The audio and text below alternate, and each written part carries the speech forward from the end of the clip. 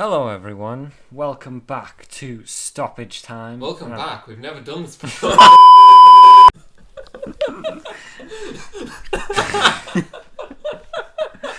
Okay. Alright. Hello everyone, welcome to... No, you idiot. You have to do the clap before you start talking. Do it again. Hello everyone, welcome to Stoppage Time. I'm your host... Hello everyone, welcome to Stoppage Time. I'm your host, Ivan. Today I'm here with my brother. Hello everyone, my name is Declan Price. Happy to be here. Welcome to Stoppage Time. Very exciting it sounds. I wonder what we'll be talking about here, Ivan. Well, today we will be touching upon a season review of the top 5 leagues. You could call it a big season review. Shut up. So we're going to look at the Prem, the Bundesliga, Serie A, Liga. That Spanish one, whatever it's called. Whatever. The one where Pessi plays. Are we doing it in that order right there? Sure. We're going to start off with the Prem. Alright, because that's the biggest league in the world, obviously. So for those of you who are joining us for the first time, which you will be because we've never done one of these before, what is Stoppage Time? Stoppage Time is a football podcast where we're going to talk about the biggest and most exciting news in football every week, I'd say. Yeah, that's a pretty apt description. Every Monday you can catch us here on the NLM Productions YouTube channel. The two of us will be coming in every single Monday, talking everything from transfers to matches, tournament reviews, previews, and of course with the Euros coming up, we'll certainly have a lot of content to cover. Yeah, international tournaments.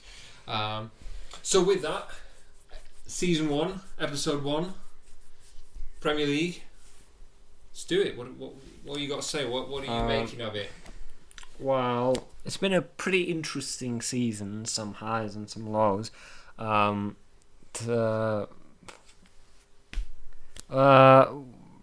giants being asleep, some rising teams.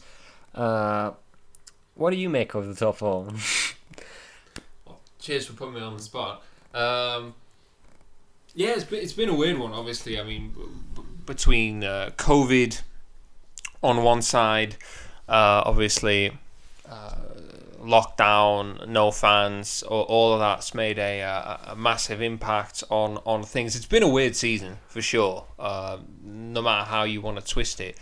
I mean, even the fact that City won the league after being, what were they, 7th or 8th November?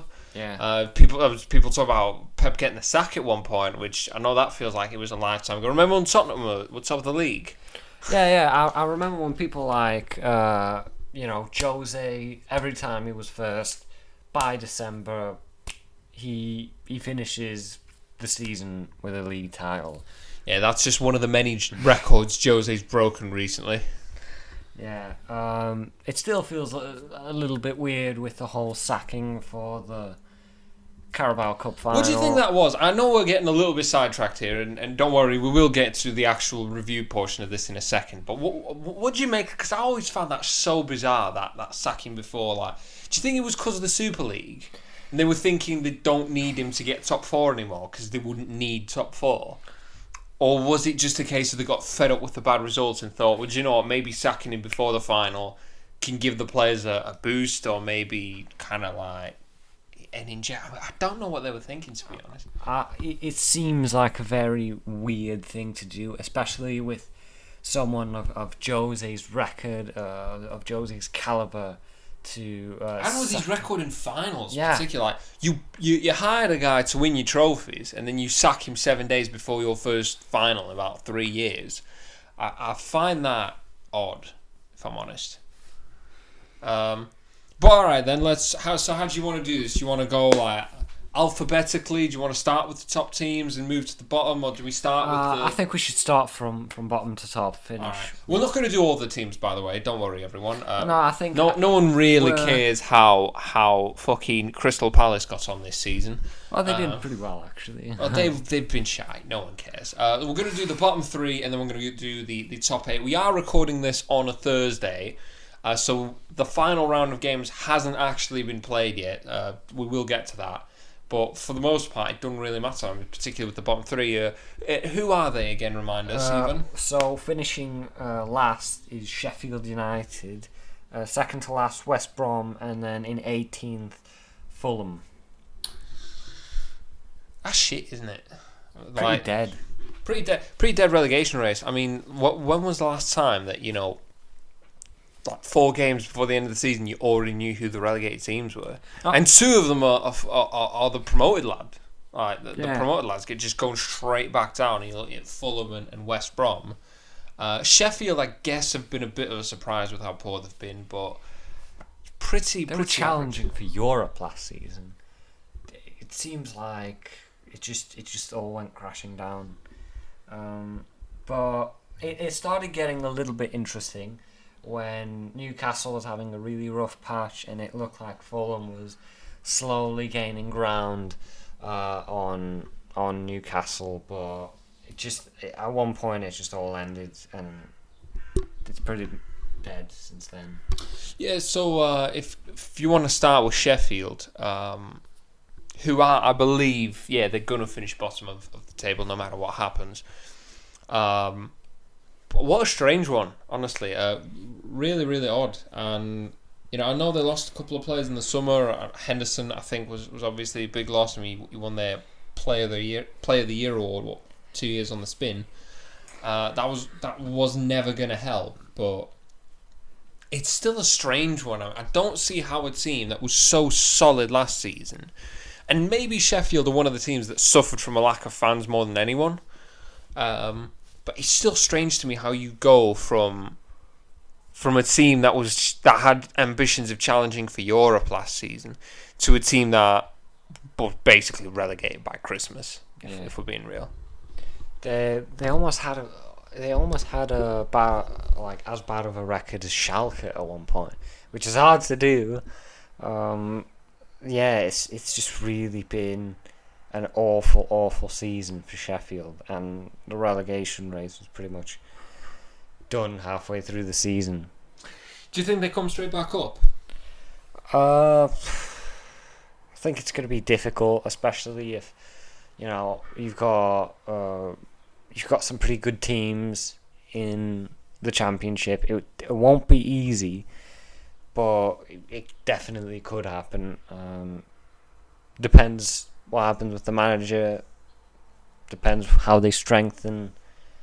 But yeah, it's a possibility. I don't see it. I really don't. I don't think they're coming back up immediately. Now, I could be wrong. I've been wrong before, but I don't think they've. I mean, their squad was pretty Championship last season. Last season, everyone was calling for them to finish bottom, which makes me think maybe this isn't so strange. Maybe the just the lack of quality was always going to catch up to them. But I don't see them doing a Watford and just bounce, or a Norwich and just bouncing straight back up again. I think they could struggle for a while in the Championship. So don't think it's. I mean, this is an F surely, or a 0. We didn't actually decide on a rating system before this, but surely that you can't give him anything other than an F. You finish rock bottom of the league with 3 wins all season. 6 wins. Oh, 6 wins. That's actually more than I thought they got. They've picked up some form lately. I mean, by form, I think they beat Everton and Brighton. But so Sheffield gets. We'll give Sheffield an F. Yeah. What did you do with West Brom? Because I mean, they put up a little bit more of a fight, not a whole lot more. They look like they might be having a bit of a. They hired the relegation survival specialist himself, Big Sam, and we all thought when they got that win against Liverpool at Anfield, we thought, well, this is it then. I mean, Big Sam's going to dig them out of the shit here because that's just what he does. But no, they didn't. They still went down. To me, that's another F for me. Just a horrible season for West Brom. Really just showed nothing as well. I mean, they weren't even hard to beat the way you usually expect a Big Sam team to be. They still shipped loads of goals, still looked shoddy at the back, didn't really even threaten in the way you'd expect a Big Sam team to threaten. So I give them an F as well. Yeah. I mean, they look better with Sam Allardyce, but I don't think it made a difference, to be honest. By the time he took over, I think the damage was already done. And Fulham, do you know what? Actually, I give Fulham like a D maybe. no, I think it's just the quality of the squad. I think, I think Scott Parker did a really good job with the squad he's been given. They showed there's even a clip of them preparing against Liverpool when they beat them 1-0. It's just they just showed more fight than the other two relegation teams, and I think it was just in the end it was a lack of quality that ended their season. All right, so what are you giving them? I think they deserve a better rating than the other two. So what? I give them a D. Maybe a D minus, D. Yeah, I'd give. You can't say they've been good. I mean, they still went fucking down. No, like, they showed some positives. They saw a bottle. They saw fight. So for that, I might give them a D. You want to do mid-table? Because honestly, I say we just move straight into the top 8 and really get into the meat and bones of this team. I think they definitely deserve to get touched upon is Leeds. Yeah, alright, if you want to bring up fucking Leeds. You could actually, well, to be fair, they could actually. What are their prospects going into the final game? Nothing really. I mean, with a win on goal difference, they could maybe finish 8th. But Europe isn't.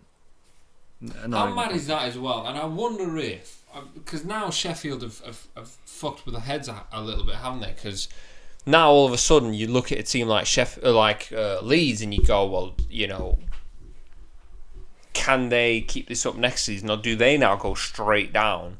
I do think it's a little bit different, obviously, because they've got Marcelo Bielsa managing them, which obviously makes quite a significant difference.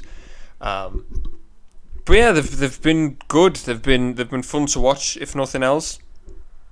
Bielsa's worked his magic. They are very much a Marcelo Bielsa style team.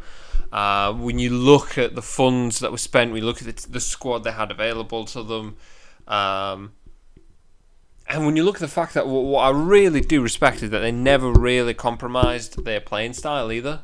Fundamentally, this is still the same Leeds team you saw in the Championship last season. Yeah, they've been all right. I mean, obviously, I'm not fucking happy about it as a Manchester United supporter.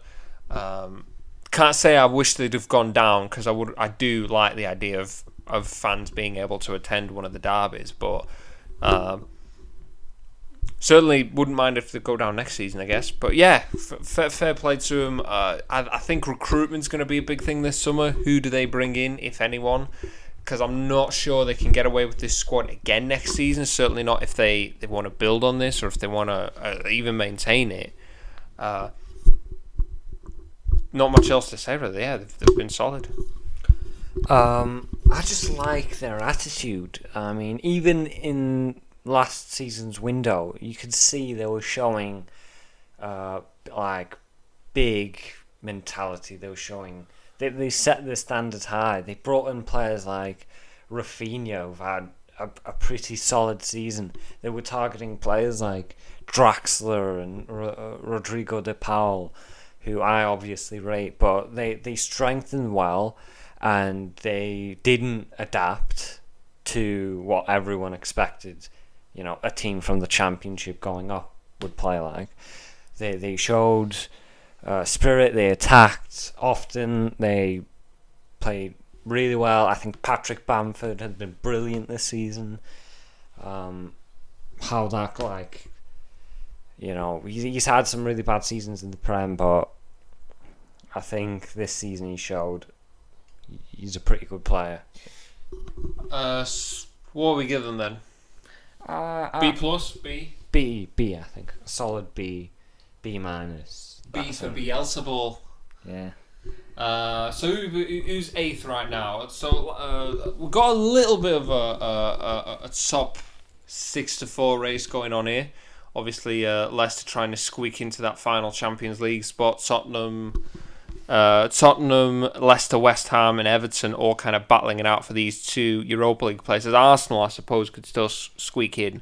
What do you make of Everton? I think Everton have not quite had the transformative season that I think some people hoped they might have under Ancelotti. I think those who were thinking that the arrival of Ancelotti was now suddenly going to propel Everton into Champions League places might have been a little bit premature.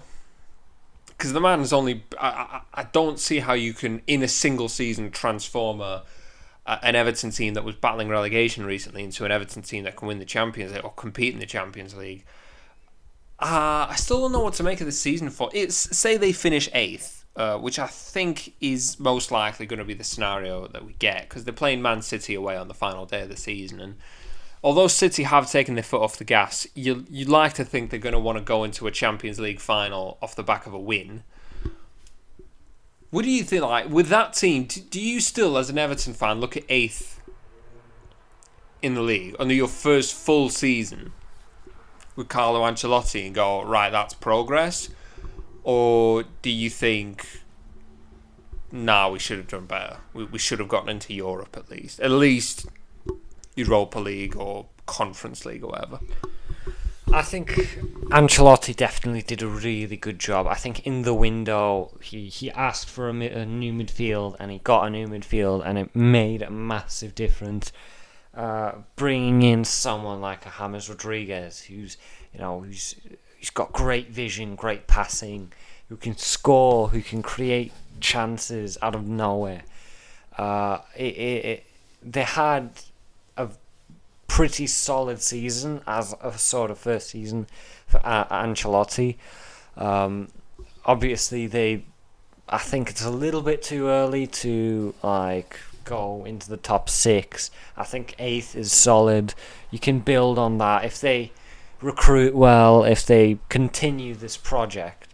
They have some really good players in there. I think Lucas Digne has been brilliant this season. I think Dominic Calvert-Lewin, obviously, being their top scorer. Richarlison on his days. It's just a different beast. So yeah, I think their signings were pretty well.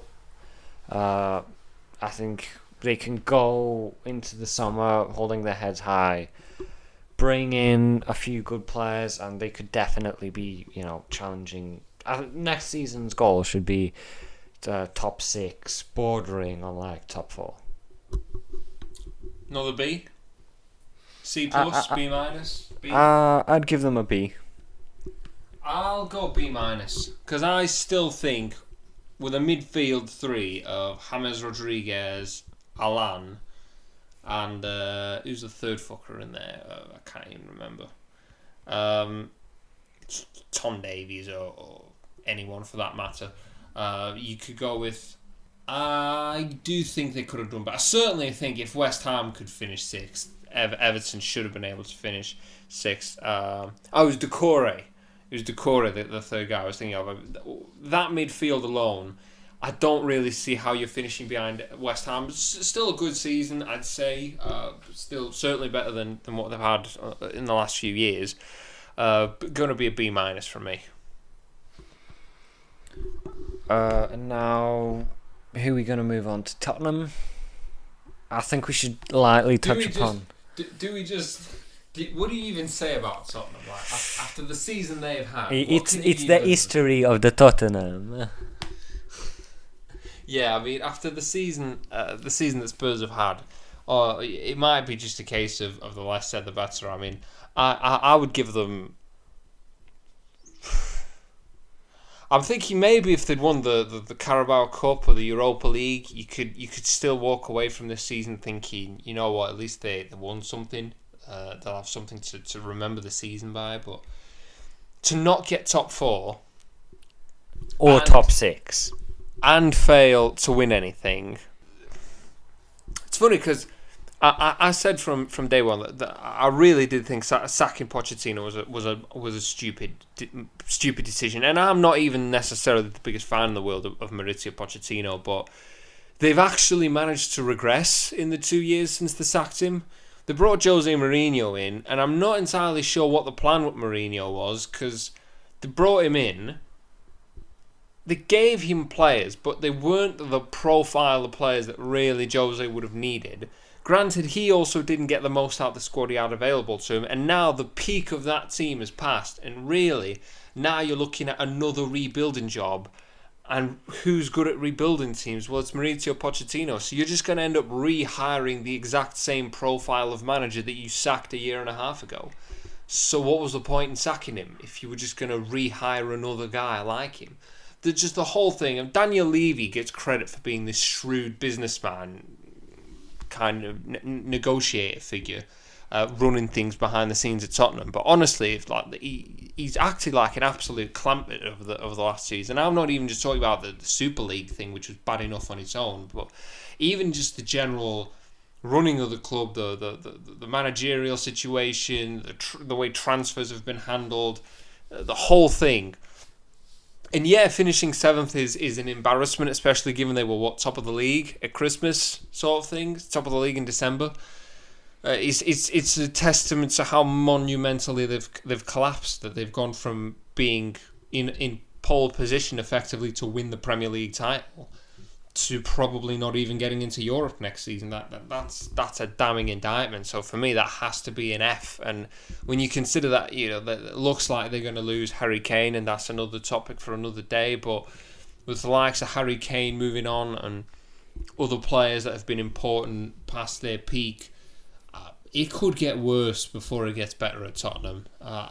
When you look at Leicester and you look at Everton and you look at, obviously, the already established top teams in the country, I don't see an easy way back into the Champions League for Tottenham. I don't think this is going to be a one and done, they missed out 1 year sort of thing. This could be bad now for a little while for Tottenham. Honestly, I'm seeing more more desire, more of a project in teams like Leeds and Everton than I see in Tottenham. I mean, it's a sinking ship. They could genuinely finish behind Arsenal if Arsenal win their game, and because Tottenham are facing Leicester, they could genuinely finish behind Arsenal, who've had this awful season. Think about this is the worst Arsenal team in 30 years, arguably, and yet they still might finish above Tottenham in the league. What does that tell you about how poor Tottenham have been, certainly in the second half of the season? Yeah, and you look at players like, Heung-min Son and Kane, who've reached their peak, basically. They're only going to go down from where they are. Why should they stick around for another project, another new manager coming in, another rebuild that's going to take 2 or 3 seasons? Yeah, it is another topic for another day. I mean, we aren't really going to talk about transfers, but I don't see Tottenham bouncing back immediately. I think this is more of a long-term thing. I'm genuinely curious who they're going to bring in, because it's just slowly going from worse to worse. Like, they can no longer bring in high-profile managers. They're going to have to look for another rebuilder. And, I mean, they probably sacked one of the best rebuilders out there in the business. So, yeah, I'd also give them an F. An F. An F. An F. Yeah, I'd definitely give them an F. Moving on then. 6th in the league, and who would have thought we'd be saying this at the start of the season? 6th in the league, David Moyes, the Moyes, West Ham United. What are they doing here, Evan? It's true. It's been a really good season for West Ham, hasn't it? I mean, when was the last time anyone ever said that? Like, it must have been 5 or 6 years ago, when under Bilic and shit. I've heard West Ham fans, and it's just like they show desire. It's like, okay, lads, go out there and just show what you can do. Show you've got some, show your winners. And you look at this team, and honestly, there aren't many brilliant players.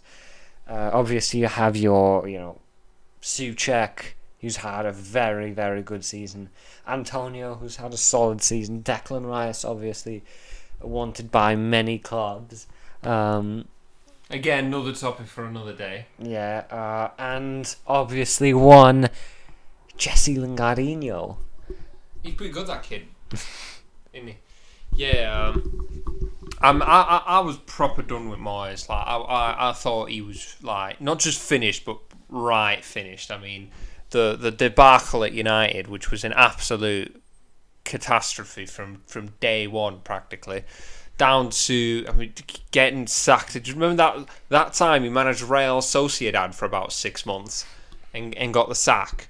But to me, when he went down with Sunderland, first of all, when he got hired by Sunderland, I thought, well, that's David Moyes' career finished.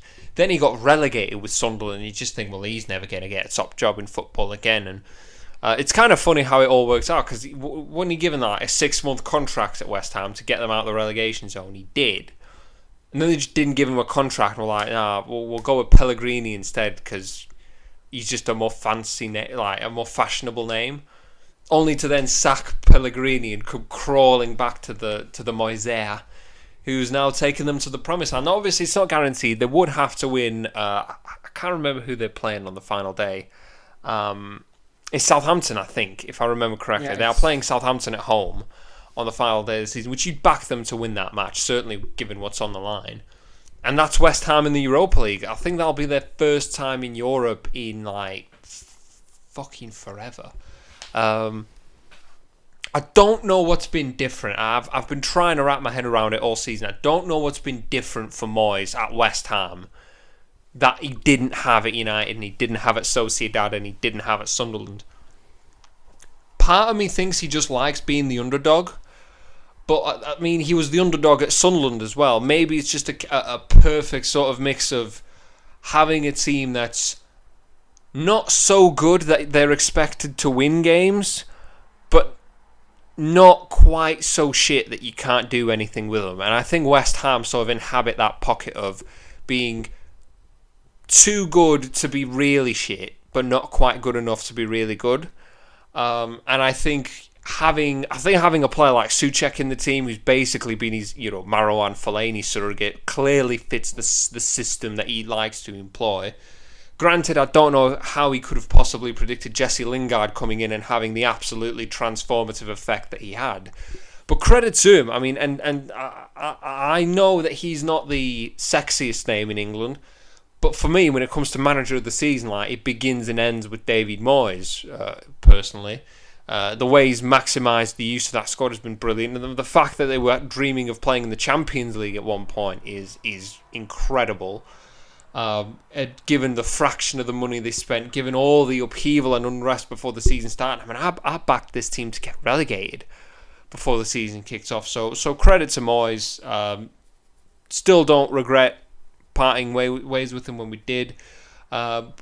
Big question is, can they keep it up next season, especially with a more hectic European schedule, Thursday night football, with a thin squad like that? That's always a challenge. But for this season, you can't help but give them props, and I'd personally go as far as to give them an A. I'd give them an A+, but they had they gotten a Champions League place, I'd give them an A+, but because they did tail off a little bit and they did blow the Champions League place, I'll go ahead and give them an A. Who does that leave us with then for 5th place? Yeah, I'd also give them an A, but yeah. For 5th place, we obviously have Leicester City. The Foxes. Yeah. The Foxy Foxes. They've had a pretty good season. I'd say the FA Cup definitely made it. If they would have bottled the FA Cup and they wouldn't have gotten top 4, I'd say that's a below average season, and they need to do way better. And there's got to be extra pressure on Brendan Rodgers, but they won that FA Cup. They got the first ever FA Cup. And props to them. I think, obviously, like you said, unless you're planning to win the Champions League, there's no point in really fighting for it. I mean, with a club like Leicester, with their owners, there's no real pressure on, getting top four, and they're being financially managed properly well. I think it's just a case of, this is a solid season. They won the FA Cup. They can work on this next season, and hopefully they can. Maybe even if they recruit well, I give them a solid chance on top 3, challenging for the title, maybe. But yeah, what do you think about it? It's a weird one, isn't it? Because you say, I mean, had they not won the FA Cup, this would be a below average season. And I actually tend to agree with you, and I think it's a testament to the way that club is run, that this is a team that was playing in fucking League One. Like, I have to keep reminding myself, Leicester City are a club that literally, 8 years ago, was in League One, like where Gillingham are right now, and fucking, I can't even, Wimbledon and teams like that. And yet here they are, 5th in the Premier League for the second season running. And yet there's still this sense of, we should have done better. We're not quite entirely happy. And don't get me wrong, I'm here for that. I love that. I love that mentality. And I think it's a true statement and testament to the club that I think might be the best run club in England. I know Manchester City are also exceptionally well run, unfortunately. I know Chelsea are fairly well run, but to me, I don't think there are many teams in England that have got a better ownership structure than Leicester have got. I definitely wouldn't say this was a disappointing season, and I think, again, in the larger scheme of things, of a club that was playing in League One, coming 5th is amazing. It really, really is just incredible. Regardless, I mean, this is still, I believe, the joint second highest finish in the league ever. So, and obviously winning the FA Cup, that's a part of the club's history that'll last them forever. And I like to think, and obviously we've spoken about this off camera a couple of times, I like to think that any Leicester fan would think to themselves, if I had the choice, I'd rather win the FA Cup than come 4th in the Premier League. Because ultimately, fundamentally, at the end of the day, football's about winning trophies. And if you're not winning trophies, then you're not doing it right. You're not playing within the spirit of what the sport is. And I'd always, whenever you'd give me the choice of coming 4th but winning nothing, or coming 5th and winning a trophy, I'll take winning a trophy and coming 5th any day of the week. Which is, it's sad that that's not the way owners see it, because, I mean, fucking Louis van Gaal was sacked 15 minutes after winning an FA Cup final because he finished 5th in the league by a point or something. But to me, football's about winning trophies, and the fact that Leicester have now added that piece of history to that, this will forever be the season that they won the FA Cup. It's why I'm so bothered about United winning something this season, and we'll get to United in a second, but it's just that difference to me of no one's going to look back on this season 15 years from now and go, do you remember that season when we came 4th in the league and didn't win anything? People look back and go, do you remember the cup-winning team of 92? Do you remember this league-winning team of 2004? Those are the conversations. No Chelsea fan ever goes, oh yeah, do you remember that Chelsea team that finished 2nd behind Fergie's United? They go, remember that Chelsea team that won the fucking Champions League? Those are the things that really matter. So I still think that this has been a really, really solid season for Leicester. And if it's any consolidation to them, I really do think that they'll get there eventually.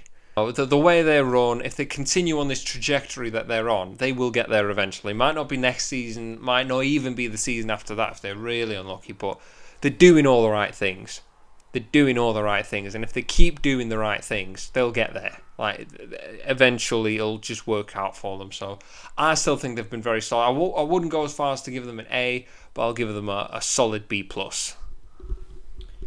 Yeah, I'd give them a B+. They definitely deserved it with that FA Cup.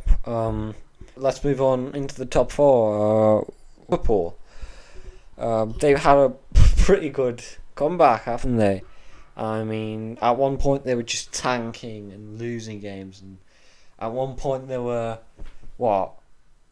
3 points off Arsenal, which I think is like the standard bar. That's the benchmark. Yeah, if you finish below Arsenal, you know you've had a pretty bad season.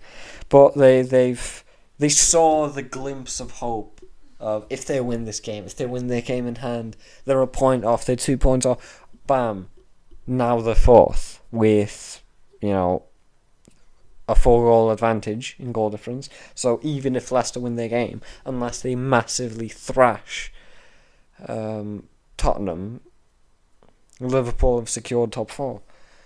So I think Klopp's done well to gather the troops and at least get top four, even though they weren't able to win anything. They've saved the season if they get top four. So I'd give them a C. F.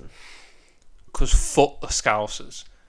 And I hope they bottle it against Palace and Leicester sneak in on the final day of the season.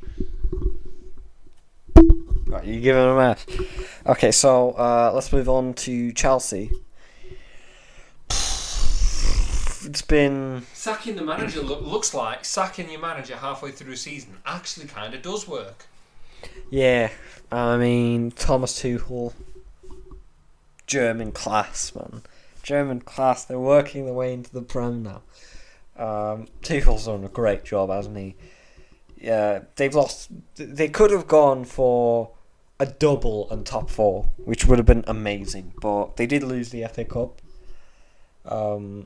Which fucking Chelsea fans will tell you that's a good omen, because what did they lose an FA Cup final in 2012? Yeah, all the things are aligning, man. Everything, yeah, even like in other competitions, everything's aligning, man.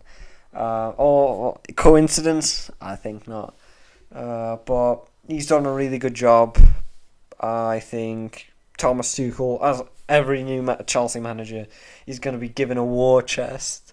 He's going to probably bring in 6 of his own first team players, and I think they'll be going for the title next season. Yeah, I don't know if I'd say that it's that Tuchel's done an amazing job, as much as I think Frank Lampard just fucking botched it with those players. Because I said at the start of the season, I mean, Chelsea got 8 first team players. They spent well over £100 million in the transfer window last summer. They got 8 first team players in. I was backing Chelsea to win the league this season, because I thought even a fucking clueless twat like Frank Lampard with that team should be winning the league. Clearly I was wrong. Clearly I overestimated Frank Lampard's ability. Hard as that fucking should have been. So to me, Tuchel hasn't really come in and transformed Chelsea so much as he's just brought them up to the level that they should have been playing at the entire season. And maybe that's all he had to do, really. I mean, when you've got players of that quality. What I love about this Chelsea team, and obviously, I mean, I'm not going to pipe them off too hard because I am, not a Chelsea fan. But actually, this Chelsea team might be not my favourite in the sense that I like them, but in terms of, I actually think they might be the best team in the Premier League. Because that squad is just so well put together. Like, even Manchester City, you go, well, surely not. The riches that they've got. But even in that Manchester City team, I can identify a couple of areas where they're not great. Defensively, they can be hurt if you have the mettle to actually attack them. Up front, I still think they lack an out-and-out goal scorer. That Chelsea team is just so well balanced. It's so well put together. It's such a good team, even though maybe they don't have the individuals that City have got. It's such a well put together team that I can't help but you fucking admire them in a purely sort of neutral sense, and hope that United get a squad like that one of these days. You can't really give them too. I mean, obviously, if they win the Champions League, it's a different story. But on the basis of the knowledge I have now, I'll give them a flat B. I'd give them a high B plus. I mean, they've still gotten to a Champions League final, which is impressive in it of itself. But yeah, B plus, pretty good. It'll go up to an A if they win it though. Second, your expert of expertise. Your area of expertise. Manchester United. I'm really happy with how the season's gone, to be honest. I know we've tailed off a little bit towards the end. Obviously, a couple of losses against Leicester and Liverpool, draw against Fulham, obviously not great. But to me, if it all kind of hinges, and we touched on this a little bit when we spoke about the Leicester match or the Leicester season. Really, to me, this season kind of hinges on how we do in the Europa League. Because to me, winning the Europa League final, and I know this sounds very... I hate it when people just make things super black and white, sort of, this is good, this is bad now. And I hate it when a whole season gets boiled down to one game. But for me, it really is as simple as we win the Europa League, and this is a good season. It's obviously not a great season because we didn't win the league and we didn't win the Champions League. And for Manchester United, any season when we don't win the league and don't win the Champions League is not a great season. But if we get second in the league, comfortable second, if I might add as well, this season we cruised into the top four. Top four was never really in doubt at any moment. Wrapped up top four with 5 games to spare. Finished second with a game to spare. So really in the league we were never particularly threatened from the teams below us. Yes, we did sort of hand City the league in the end, although we did still manage to get top of the league. First time I think we've been top of the league after 19 games in a season since Alex Ferguson left. By almost every metric, this has been our best ever season since Alex Ferguson left, except for the fact that we haven't won anything. And to me, that's why this Europa League final is so crucial, because you win the Europa League, and now not only do you have that solid league performance, but you will always have that trophy to look back on and say, right, 2021, that was the year we won Europa League. We got that trophy, we added that history to our club, and we did really well in the league. If you don't win the Europa League, I just don't... This season kind of just gets lost in the shuffle for me. All right, you did all right in the league, but you still didn't win it. You didn't really push Man City that hard, even though technically we did push them to almost the end of the season. But it's been exactly what I wanted, which is progress. We've looked much better this season than we did last season. We've been incredibly hard to beat. Really, when you look at our score, it's the draws that have fucked us this season, because we've only lost 6 games, which is the same as Manchester City, and 2 of those 6 losses have come in the last week. So really, it should be about 4. It's the draws. We've got 11 league draws this season, and if you take half of them draws and turn them into wins, that's an extra 12 points. 12 points, you're level on points with Manchester City. So it's been progress, it's been improvement. I mean, the fact that for the first time ever since Fergie left, I felt like we were in a genuine title race, even if it was inevitably going to fall apart. If we win the Europa League, I give it an A-. If we don't, I give it a B+. And hopefully, Ollie don't get shafted.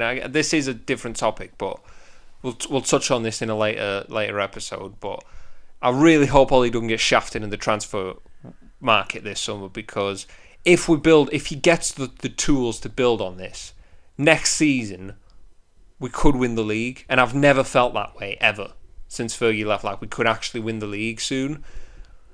But Ollie's made me feel like that's now a possibility, and that's not something I've felt in a long, long time as a United fan. I don't know how you see it, obviously as a Dortmund supporter, looking at it I'm telling you, man, if you take out David Moyes from the equation, you have to give it to Ollie, manager of the season. With that team, which I seriously don't You wouldn't rate. give it to Brendan Rodgers after Moyes? You wouldn't Nah, or Marcelo Bielsa? I'd give it to Ollie. I think people are underestimating how bad this team is. I mean, that double pivot really doesn't give you confidence. But you've definitely got some good players there with, Bruno, Rashford, but Cavani, who's been a pretty good striker this season, much higher than people were expecting.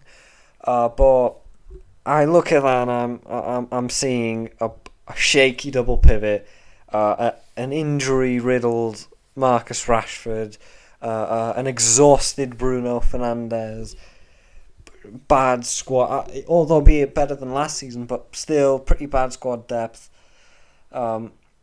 shaky defence, and to take that team and revive players like Luke Shaw, who pretty much shoved out of the door. I mean, Alex Tellers was brought in to be his replacement, pretty much.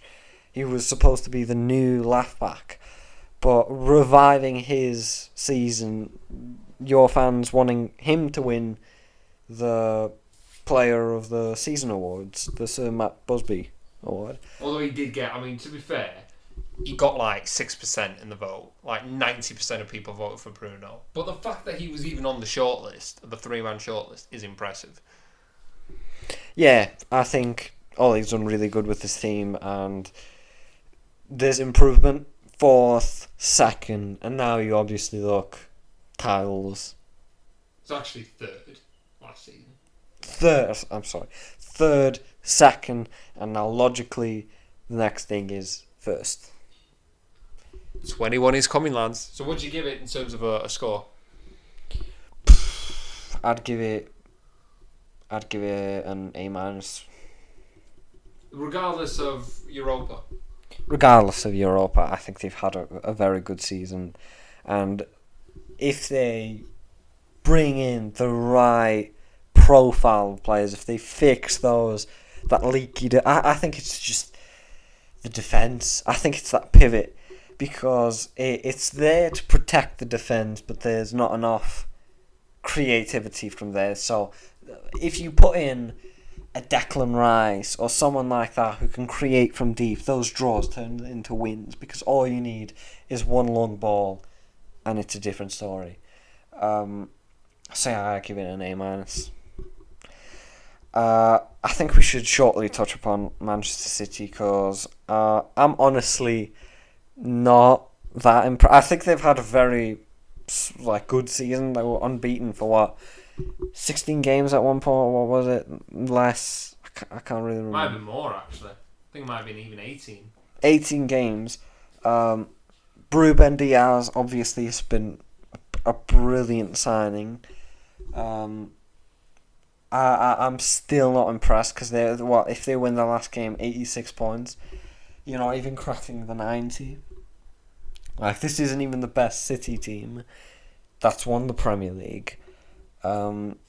Obviously there's holes in there. I think it's honestly just the other teams weren't good enough. I think everyone was recovering from the pandemic, and I think next season will be a different story.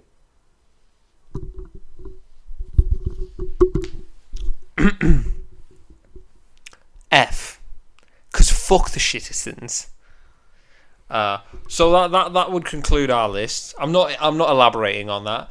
What do you make of the season as a whole? I think it's been a little bit dead this season, to be honest. The title race was more interesting than what we had last season. I'll give it that. When Liverpool basically sleepwalked to a Premier League title, but I don't know. I don't know if it was the lack of fans. Actually, it was the lack of fans more than anything. But everything about this season just felt a little bit more flat, and I've certainly enjoyed it, at least from a United perspective, because I got to see us do well in the league. But I can't help but feel that there was a little bit, well, more than a little, there was quite a lot lost, just due to the strange nature of the truncated pre-season, rapid start to the following season.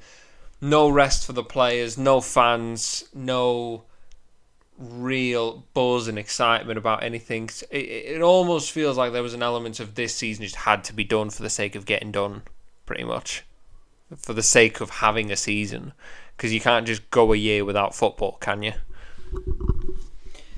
Yeah, it was pretty dead. I mean, there was that whole, could United, surprise everyone, and at one point, they were first for a week or two, but yeah, it was pretty dead. Top four has been the only sort of surprising thing. Yeah, pretty much. I'd agree with that. So with that done, with the Premier League wrapped up, let's move on to the competition of your choice, the Bundesliga, as Tyler Twellman would call it. I don't think there's really a whole lot of storylines to touch on. I feel like for the most part it's been your pretty regular old Bundesliga, hasn't it? Bayern won the league, Dortmund didn't. Schalke were pretty terrible. I suppose we should maybe touch on that for a little bit. What a spectacular fall from grace that was. I mean, I know they were poor last season. Well, actually, they were great, and then they sort of became a bit poor, and then they completely fell off a cliff. And then it's almost like you expected, all right, they're going to bounce back after the new season. But they didn't. They just continued that same trajectory straight fucking down until they literally finished rock bottom of the league. I've never seen this, by the way. In all my years of watching football, I've never seen a team collapse in the way Schalke have. I mean, they don't have massive money issues, do they, as far as I know? They were just really, really, really shit all of a sudden. And no one seems to be able to explain why or how. Fuck the Smurfs. You stole my gag, but alright. Thoughts on Dortmund's season, on the whole? Well, I think it went from being a very bad season to a very good season. Would you call it very good? I don't know if I'd call it very good. Yeah, I'd give it very good. I mean, finishing second again, you won't be remembered for finishing second. But, winning that DFB Pokal, finally, just a trophy, something to build off of, and the way we won it. Edin Terzic, a Borussia Dortmund fan, coming in and getting the opportunity to manage that team. And get, at one point we were 7 points off of top four. 7 after we lost to Frankfurt, we were 7 points off. And to 8, I feel like it might have been even 8 or 9 at one point. No, it was 7. But to have, to get those players to not give up, to continue to win one game, and then that turns into 2 and 3, 4 wins, and all of a sudden you're in the top 4. I think there was an element of Frankfurt bottled it. Ever since Adi Hutter announced he was going to join Gladbach, it hasn't been the same Frankfurt, and I think that's what's massively impacted Bundesliga this season, is the whole manager fiasco.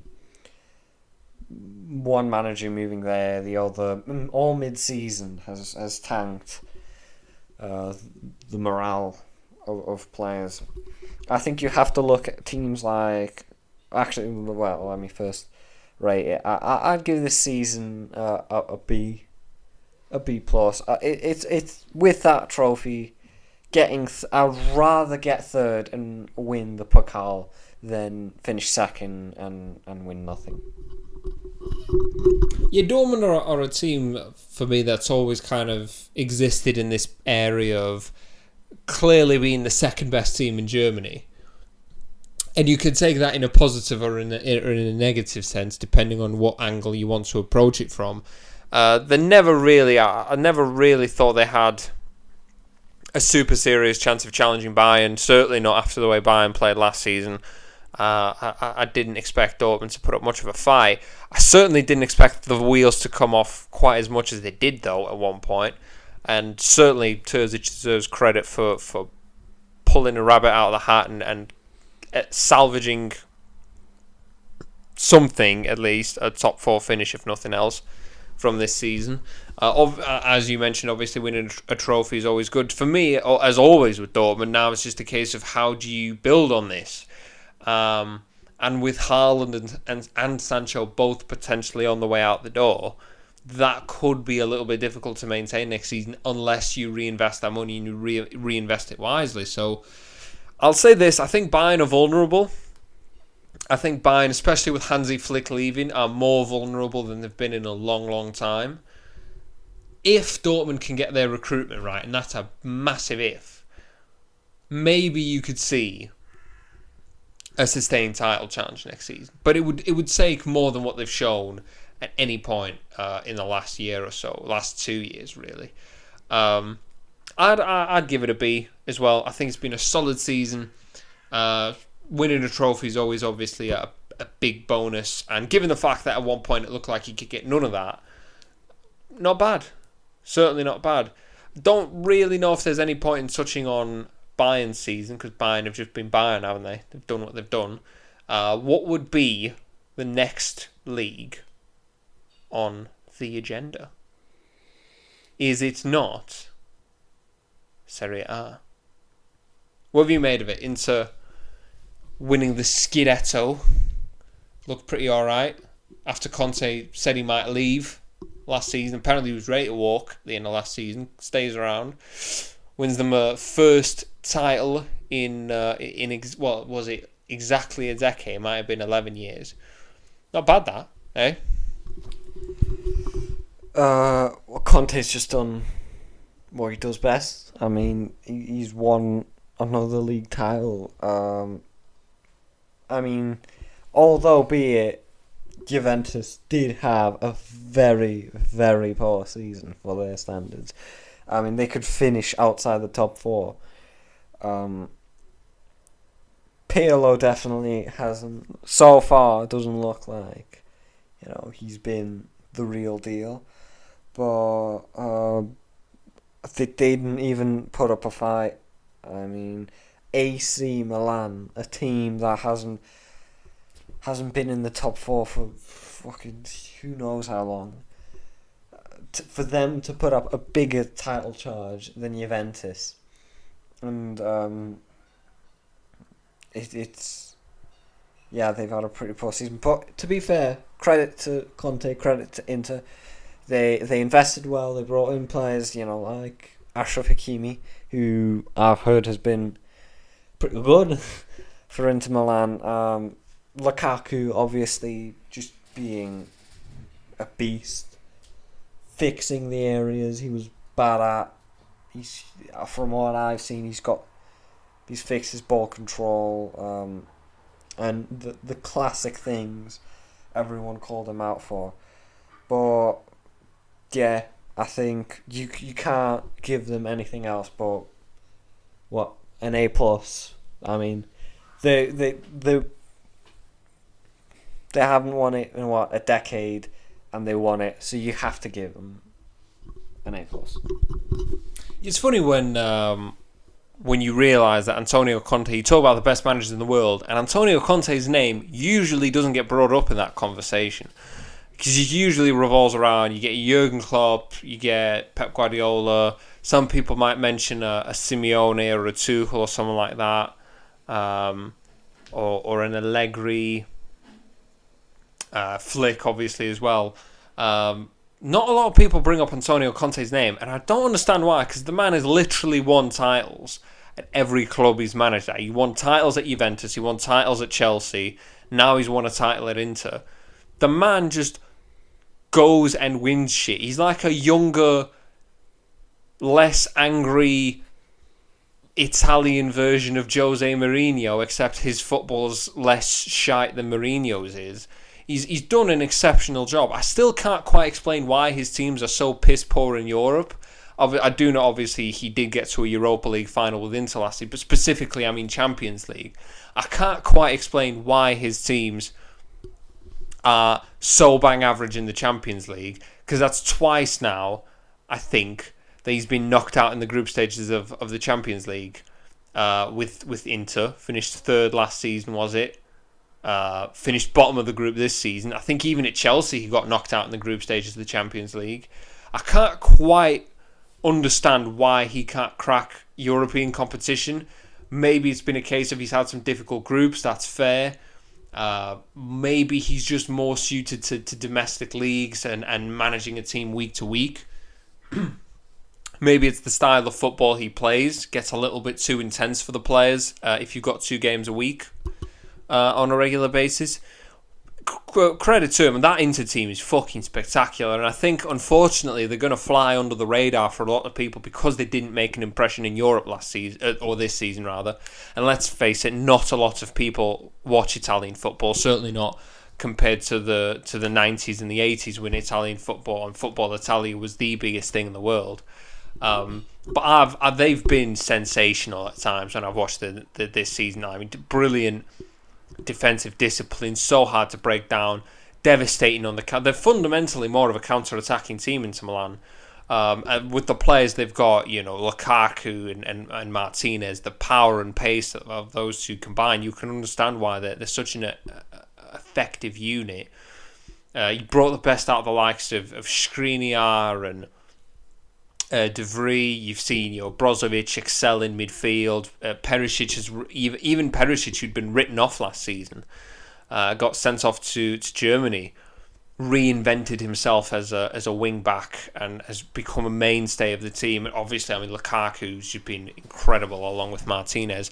Even Christian Eriksen, who a lot of people had written off after his poor start, he's done fantastically well to squeeze out the maximum he can from those players. Yes, they are a little bit of a Premier League reject team, but it works for them. And you know what? If you can get the best out of Matteo Darmian, and if you can get the best out of Ashley Young, and somehow build a league title winning team with them, fucking good on you. So the question now is obviously, can they finally crack Europe? Because you imagine a team like Inter are going to want to conquer Europe now that they've established themselves as the top dog in Italy, sorry. And the other question is obviously this ownership thing. The club's obviously bleeding money. Suning, I think they're called, the ownership group had to liquidate the Chinese Super League club. I don't know if you heard of that earlier on in the year. So clearly they're having massive financial difficulties.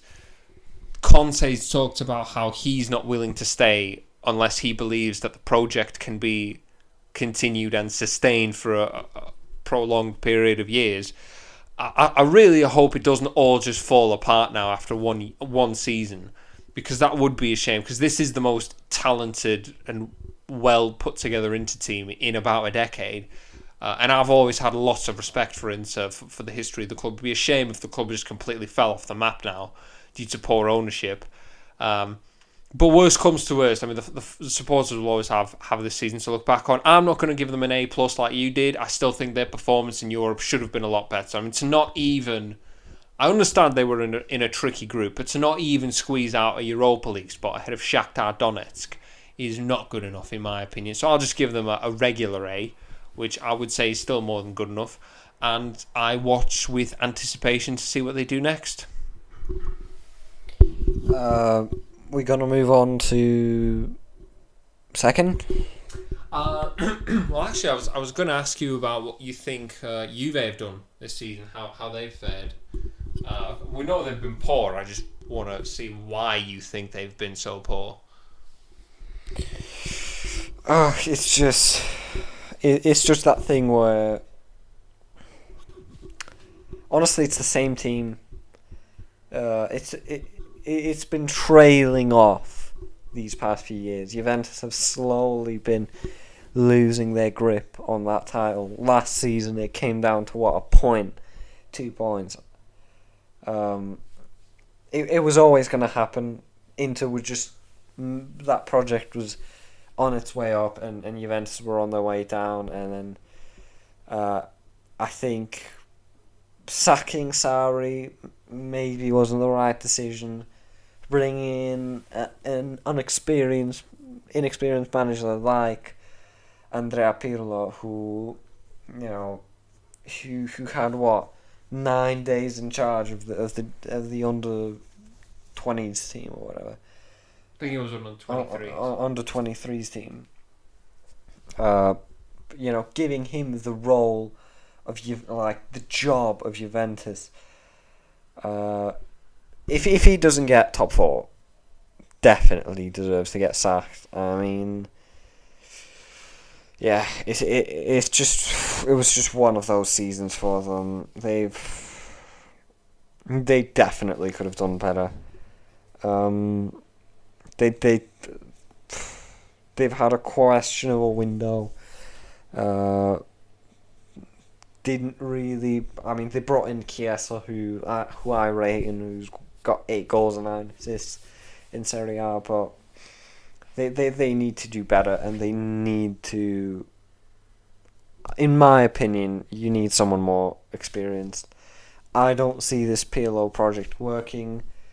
I don't understand the logic behind bringing in an inexperienced manager when there's no need. There was no need to gamble. You just as easily could have gotten in a solid manager with a decent record to just get that league title. I don't see the logic behind what did they expect Pirlo to push them into the Champions League now. I mean, there's nothing higher than a league title, so that was clearly the plan. I know there was some problems with Sarri and Ronaldo, and Sarri didn't really do well in the Champions League, but I mean, the way I look at it, you never sack a title-winning manager. You can't sack someone after winning you the title. It's always a bizarre move, and honestly, I'd give them, the way they are right now, outside of the top 4, I'd give them a C or a D. I think it's been really a mare of a season. It's strange as well, because if you'd asked me 3 years ago, I would have told you that Juventus are one of the best run clubs in the world. They were fantastic off the pitch. I don't know what's happened there, but lately, over the last few years, they've just lurched from one bad decision to another. I mean, even signing Cristiano Ronaldo, and I know a lot of people were very excited about that. I certainly was interested to see how that was going to pan out. You look at that now and you go, was he the right signing? No one's doubting the ability of Cristiano Ronaldo. The man's won 2 Golden Boots, back-to-back league titles. This narrative that Ronaldo flopped in Italy is a myth. Couldn't be further from the truth. He's actually smashed it in Italy. He's still pulling out insane numbers for a fucking 37-year-old player. But the decision making's been strange. The transfer policies hasn't worked out, and I'm not just talking about Ronaldo. I'm talking, we look at players like Rabiot, haven't really worked out. You've got aging players in one section of the team. You've got other signings that came in that haven't worked out. Emre Can was brought in at one point. That signing didn't work. Aaron Ramsey was brought in, barely played in the 3 years he's been there, whatever it's been. Just very, very strange. And then obviously, as you mentioned yourself, the management policy. You sack an Allegri who's won you half a dozen titles on the spin because he couldn't crack it in the Champions League. You replace him with a man who's never won the Champions League but plays a decent brand of football, and then you sack him after winning you the league to replace him with a man with no management experience whatsoever. It's been very, very strange. I'd have loved to have been in the board meetings when those decisions were being made, just to hear what the decision-making process looked like. What line of logic? Because there must have been. I mean, these are all educated, well-paid people. There must have been some kind of line of logic for appointing Andrea Pirlo and sacking Maurizio Sarri for him. I just would have loved to see what that line of logic is, because from the outside looking in, there isn't one. It just looks very, very, very bizarre. I think you're right. I think he's going to get the bullet regardless, Pirlo. I think this whole top 4 thing is purely academic at this point. I think he gets the sack regardless, and it'll be interesting to see who they replace him with. Zidane is rumoured to be walking away from Madrid at the end of the season. If they bring in Zidane, does he turn things around? Can you turn things around with this squad? Would Zidane need backing? Is the club in a financial position where they can give him that backing? Maybe that was one of the factors that went into it. Maybe Sarri was asking for too much money. They thought Pirlo might be able to do a job on a budget.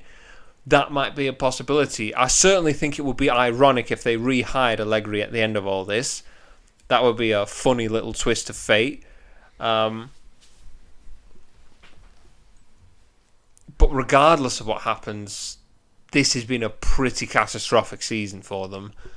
And for as much as it is down to the players and it is down to the coach, and ultimately it's the coach who's going to pay the price because you can't sack a 23-man squad, that ownership and that board, really, the likes of Agnelli and the rest of those bastards, need to take a long, hard look at themselves, because this isn't a one-off. Juve have been gradually declining for a couple of years now, and the board's lack of smart investment in that team has been a big part of the reason why. I think unless they book their ideas up, I think this could not just be. I think this could not just be a one-off. Let me put it to you that way. If the Inter project survives the pandemic, you could see Juve struggle for a couple of seasons to get back on top. So what they do this summer, who they hire to replace Pirlo, who they bring in, who they let leave, maybe cutting Cristiano Ronaldo is actually the smart thing to do for the team. Sometimes you have to get rid of your best player to improve the team as a whole. Maybe getting rid of a Ronaldo would actually be better for Juventus than keeping him around. Whatever it is, they're going to have to make decisions, because you're right. I mean, this has been not just a bad season, this has been a catastrophic season. Even with the Coppa Italia thrown in there, which good on them, this has still been a catastrophic season by Juve standards, and probably the worst one they've had in well over 10 years. So I'll go even lower than you. I'll give them a C-. Yeah, pretty poor season from them. Is it French time? Is it Ligue 1? I wanted to touch upon AC Milan a bit. All right. Just because I think they... It depends how it really goes down. They could still bottle Champions League, finish in a Europa League spot. But just quickly, I think bringing back Zlatan last season was a great move, and he's definitely brought in some sort of winning energy, some sort of, a presence. And with the likes of like Cassier or Dylan Hernandez, Donnarumma, it's a pretty good squad, and yeah, I mean, if they finish top 4, I'd give them a B. They've done really well. Yeah, I think the lack of squad depth is ultimately what got to them. I mean, they were top of the league for a good, 12 weeks in a row. They spent top of the league. I think it was just the squad depth. That team, you're right, I agree, it's got some quality in it. What it doesn't have, however, is loads and loads of depth. And I think the Thursday-Sunday schedule, which is grueling at the best of times, I mean, regardless of who you are, that Thursday-Sunday playing schedule is killer. Which is why you see so many Europa League teams struggle to maintain that form in the league. Couple that with the fact that Inter had no European football to contend with because they got knocked out very early.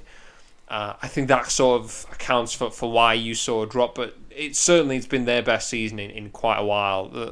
The difference that Zlatan Ibrahimovic has made is marking, not as much on the pitch, although he's obviously made an impact on the pitch as well, but off the pitch he seems to have made a massive difference to the attitude and the mentality in that dressing room. And, with some very decent talent in there, you Theo Hernandez, who I think has been incredibly unfortunate to miss out on a spot of the Euros, Çalhanoğlu and that. If they can hold on to those players and pepper in some more quality, yeah, I think this could be the start of something. Still got a long way to go. I certainly wouldn't get giddy over one good season after a long string of bad seasons. Now the question is, do they revert back to same old, or do they actually put the foot on the gas? Because they're another club that's had financial struggles as well, just like Inter have. So will that play an impact on how they go forward? I don't know. But if they lose Donnarumma and they lose Çalhanoğlu and they lose this guy, that then you start looking at a different prospect for next season. Which is why I'm almost more curious to see, do they maintain this rather than do they succeed this season? I think it's almost the more important question is, now what happens? Do they build on this?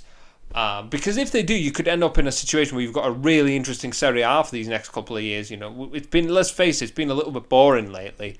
Last 4 or 5 years of Serie A, Juve have just walked the league basically every single season. If AC Milan can get their acts together, and you've got this Inter team who are obviously great, and you've got Atalanta who've consistently defied expectations. Napoli have been very solid. I'm confused as to why there's all these question marks over the future of Gennaro Gattuso, and honestly, I think he's done a perfectly acceptable job in the time he's been there. And you throw in Juventus on top of that with Lazio and a Roma-backed Mourinho. Honestly, Serie A could become a fucking cracking league to watch in the next couple of seasons. So here's hoping that AC Milan keep it up, because they're one of the biggest teams in Europe. AC Milan are football royalty. They're football royalty, and it's been weird and strange not having them around as much as they used to be certainly at the top of the game, if you will. Yeah, it's all about whether they can sustain this.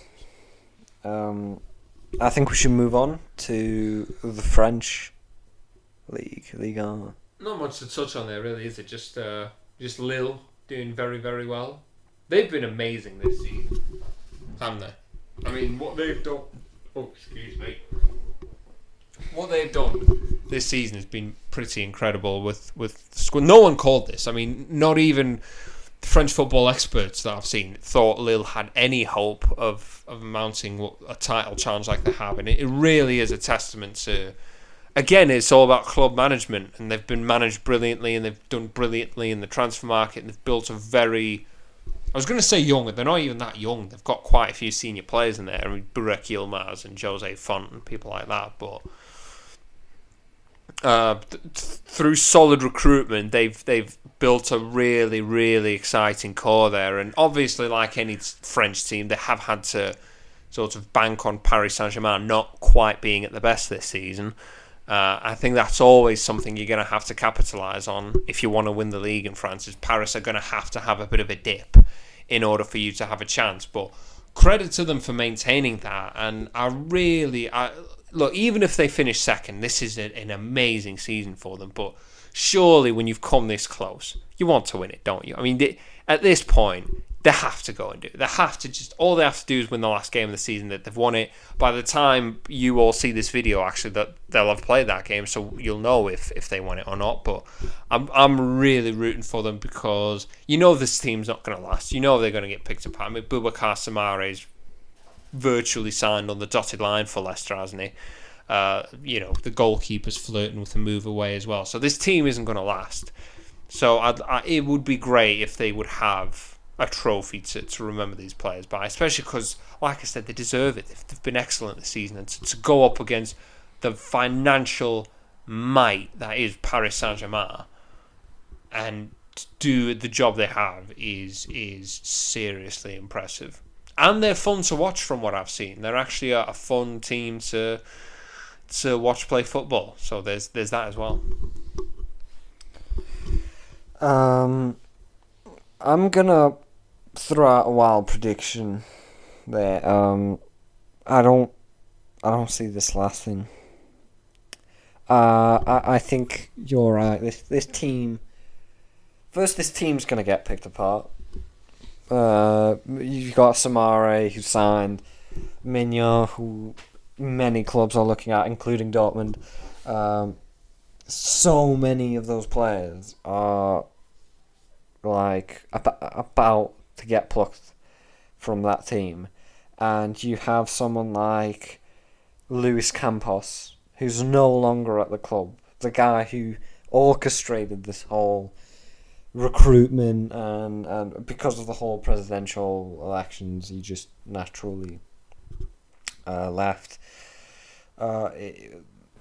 He's the mastermind behind this little project, and when those players get picked apart, I expect the manager also to get taken by maybe a Juventus or someone like that.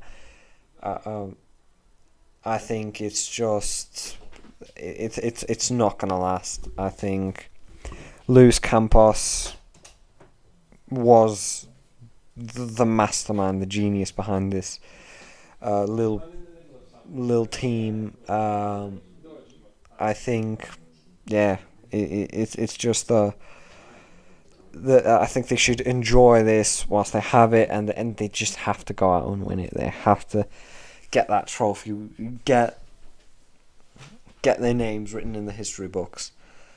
I'm interested to see where someone like Gautier is gonna go, or like Luis Campos. So yeah, I think they should enjoy it. I hope they win it, and yeah, I'd give them an A+. Fucking Cam, the producer, walking around in the background, opening doors and shit. Sorry about that. That leaves us with that Spanish league. Yeah, the one with... It's been to be honest, probably been the best title race in Europe this season, hasn't it? Because it's the only one that, maybe not quite with the games to go, but up until very recently, you had 4 teams with about like 3 games to go that all had a chance of winning it. Obviously, Atletico Madrid, Real Madrid, Barcelona, and Sevilla. Although, granted, Sevilla were always a little bit of an outsider in that whole thing. Great season for Atletico if they win it. If they don't, it'll be because they bottled it. I still think they've bottled it even now as it stands, because they should have cruised to this title. I mean, the position they were in, what were they, like 10 points clear at one point? The fact that this is even up for debate, with a game to go is quite disappointing, which is why I'm not raving about this Atletico team the way a lot of other people are. To be honest, I've probably been most impressed by Barcelona and Real Madrid, which sounds... Obviously, Sevilla have done incredibly well as well, actually. They're probably the ones I should be most impressed with. But Real Madrid and Barcelona, purely for the fact that, Real Madrid, with the horrible injuries they've had this season, the fact that Zidane's managed to pull as much out of them. And I've said for ages that this second spell of Zidane's probably impressed me more than the first one, even though he's won less. Because I think he's had worse tools to work with and still gotten very good results, which is why I'm confused by all this talk of him leaving potentially. I think he's done excellent to even keep them in the title race. And Barcelona, I mean, we were talking about, they'll probably get top 4, but no fucking way they're winning the title. And the fact that Koeman managed to get them in contention, I think is also a very good job, and also confuses me as to why he might not be sticking around. So some strange managerial decisions going on behind the scenes, but yeah, it's been an exciting season in Spain. Hope Atletico win it just because it's nice. It's always nice to see a team that isn't Barcelona or Real Madrid win the league. Although I will say, I feel like we're gone from the days are gone when La Liga was the pinnacle of European football. Like Spanish football in general, I feel like has taken a bit of a decline because fuck the fact that, Real Sociedad, who are supposedly the 6th or 5th best team in Spain, got humped 6-0 by United or wherever it was. Clearly, the standard isn't what it used to be. And you look at the top 4 supposed 4 best teams in the league. None of them got to the semi-final of the Champions League. I feel... Oh, actually, wait, they did. Real Madrid did, didn't they? That was nonsense what I just said. Never mind. Still, though, I feel like the standard has dipped a little bit compared to where it was like 6 years ago when a Spanish team was winning it virtually every year. And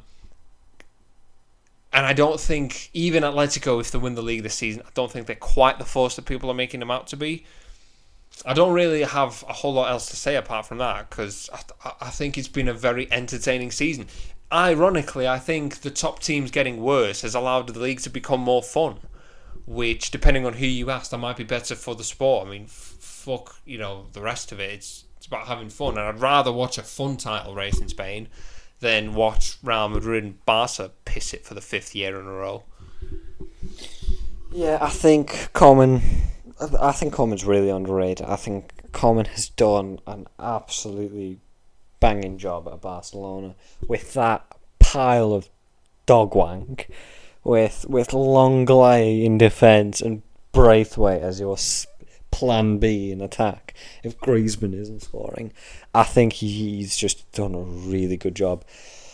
Yes, there is an element of Lionel Messi has carried again. I mean, he's put up a ridiculous number. I think he's got 30 goals this season. It's just another ridiculous season from Lionel Messi.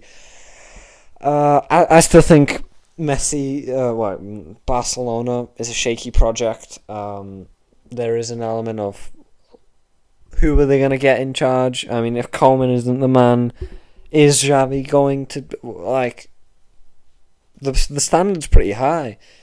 Is Xavi, going to do better than Koeman is doing right now? And how much confidence are they going to give Xavi? That team is taking a massive toll on the finances at Barcelona. So it's really a 50-50. They could easily drop out of the position they are in right now, and they could improve and go for it next season. But Real, like you said, Zidane's done a great job. I think the physios at Real Madrid are a little bit suspect. But yeah, Zidane's done a great job with that team, pulling just those results out of a centre-back partnership of Nacho and Eder Militao, because everyone else is either injured or got COVID. It's not a surprise they got knocked out of the semi-final. I think they still did well to get to a Champions League semi-final.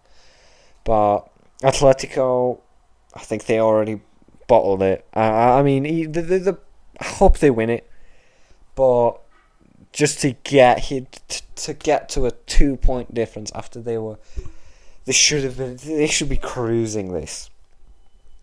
The fact that they're at the supposed up at their peak, whilst the other teams are in the shit. Yeah, they should be doing the lowest point. They should be doing better. Yeah, I agree with that assessment. I think if this is the best Atletico have to offer against the worst Real Madrid and Barcelona have to offer, that's a little bit worrying for Atletico Madrid. That it's still this close. Yeah, and it's not like they even did well in Europe to cover up for it. I mean, they crashed out, didn't they, against Chelsea? Yeah. All right, well, that'll do it, I think. Yeah. Anything else you want to add? No, it was a pretty weird season. Some expected things, some unexpected things, obviously. I mean, the other leagues outside the top 5 leagues, I think, have done well. Sporting, obviously, Rangers coming back to win it. So it's almost like outside the top 5 leagues, there was more stuff that happened, and I think it's incredible that Sporting went on invincible. But yeah, it was a weird season, and I'm interested to see what's next for the clubs, because there seems to be like a power divide. It's like the top teams are now starting to struggle with this pandemic, whilst the smaller teams are looking to try and take this opportunity to get ahead. Yeah, I agree. I think it's been a strange season. Still interesting in a lot of other ways. Hopefully we'll have a great Euros, then a decent break, and then let's see what next season, hopefully more normal season with fans, brings around. Thanks for having us on, mate. Yeah. thanks for doing this with me, and thank you guys for joining us for this episode. And yeah, Season 1, Episode 1 of Stoppage Time. yeah. Cue the outro.